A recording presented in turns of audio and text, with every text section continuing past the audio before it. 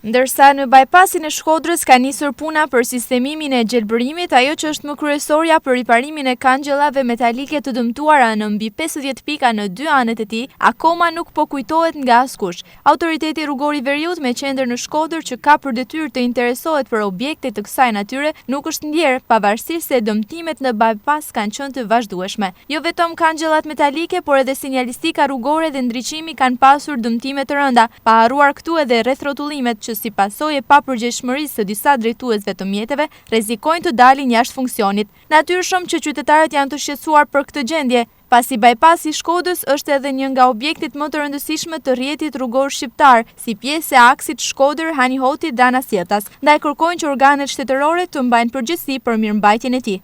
Nevojshme është për moment shumë kanë prish vetë tas kanë mbaktit, e kanë shpingur dhënën, i prishin hekat për me kalu ka tjetër edhe.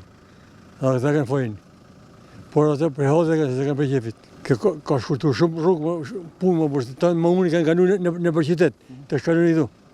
Ka i tonë e zhurme, tonë e rëmuj që javon qytet. Me prej pëmë që kanë zonë të rëtuarin, s'kujtë me bicikleta. Me rregullu i ta anësuret, të jetarë në regull janë. Pa kodesi e tyne, i binë nështë një hekrave. Shpecia, monoki edhe. Për ndërtimin e bypassit të Shkodrës 5 kilometra janë investuar mbi 1.7 miliard lekë të reja. Është një vepër me ndikim mjaft pozitiv për të lehtësuar qarkullimin e automjeteve në qytetin e Shkodrës dhe gjithashtu për të kaluar kohën e lirë qytetarët në ajrin e pastër të hapësirës ekologjike të liçenit të Shkodrës, ndaj nuk tolerohet mungesa e vëmendjes ndaj tij.